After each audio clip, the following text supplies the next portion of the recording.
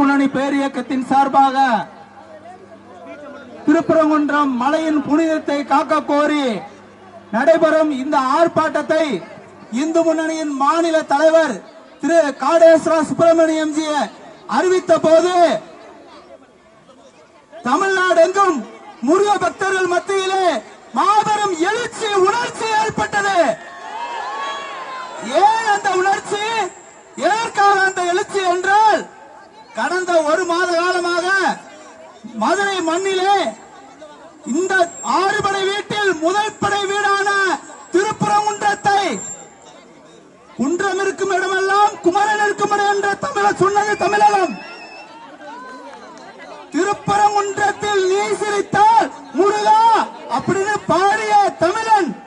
அப்படிப்பட்ட திருப்பரங்குன்றம் மலையை சிக்கந்தர் மலை சிக்கந்தர் மலை என்று ஒரு கூட்டம் போஸ்டர் போட்டு மதுரை வீதியில் ஒட்டியது. அது மட்டுமா, சைவ திருக்கோயிலான இந்த திருப்பரங்குன்றத்திலே நாங்கள் வீம்புக்கு வம்புக்கு போய் அங்க அந்த பிரியாணி இந்த பிரியாணி அசைவ பிரியாணியும் எல்லா பிரியாணியும் சாப்பிடுவோம் என்று ஒரு கும்பல் என்ன செய்வது என்பது காவல்துறைக்கும் தெரியும், தமிழ்நாடு அரசாங்கத்துக்கு தெரியும். ஆனால் சட்டம் ஒழுங்கு அந்த அசைவ பிரியாணியை சைவ திருக்கோயிலை வைத்து உண்ணும் போது தமிழ்நாடு அரசாங்கத்துக்கு தெரியவில்லையா? சட்டம் ஒழுங்கு அப்போது பாதிக்கப்படவில்லையா? யோசிச்சு பாருங்க. மணப்பாறை தொகுதி எங்க இருக்கு? அங்க இருந்த ஒரு எம்எல்ஏ என்ன காரணத்துக்காக இங்க வந்தாரு? அவர் மலக்கலவரத்தை தூண்டவில்லையா? அவர் இந்த மலை வக்புக்கு சொந்தமானது. என்னங்க அது? இந்த திருப்பரங்குன்றம் மலை வக்புக்கு கட்டுப்பட்டது அப்படின்னு பேட்டி கொடுக்கும் போது இந்த காவல்துறை, இதே திராவிட மாடல் ஸ்டாலின் அரசு என்ன செய்து கொண்டிருந்தது? அப்ப என்ன செஞ்சிட்டு இருந்தீங்க? அது உங்களுக்கு மத கலவரத்தை தூண்டுற மாதிரி தெரியலையா? முதலமைச்சர் ஸ்டாலின் இதுக்கு பதில் சொல்லணும்.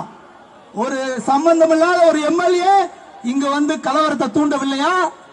ஒரு ஆடு தோல்ல போட்டுக்கிட்டு தேதி அறிவிச்சு நேரம் குறிச்சு நாங்க மேல போய் கந்தூரி கொடுப்போம், ஆடு பலியிடுவோம், நேர்த்திக்கடன் கொடுப்போம் அப்படின்னு அட்டகாசம் செய்யும் போது இதே தமிழ்நாடு அரசு, இதே மாநகர காவல்துறை வேடிக்கை தானே பாத்தீங்க?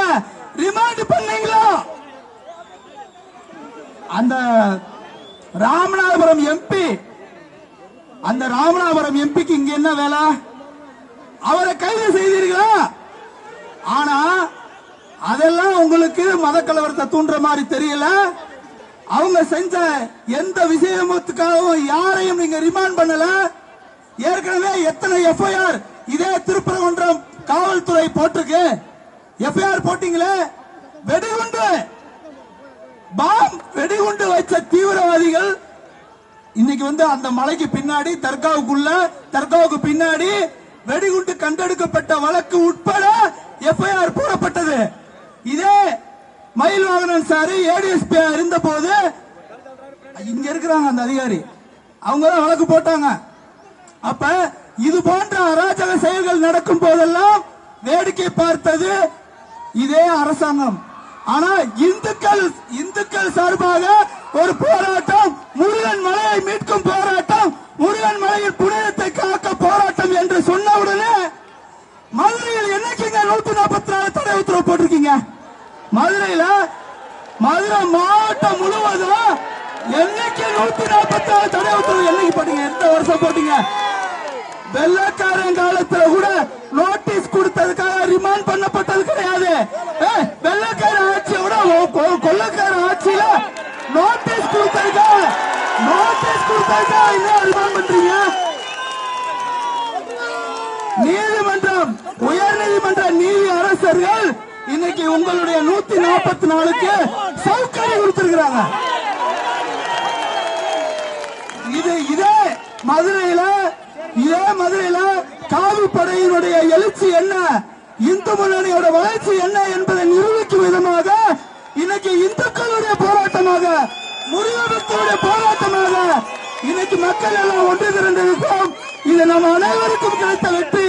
அதனால் முருகன் மலையை மீட்கும் வரை ஓய மாட்டோம். இந்த போராட்டம் அறப்போராட்டம் தொடரும் என்று கூறி வாய்ப்புக்கு நன்றி கூறி விடைபெறுகிறேன். நன்றி.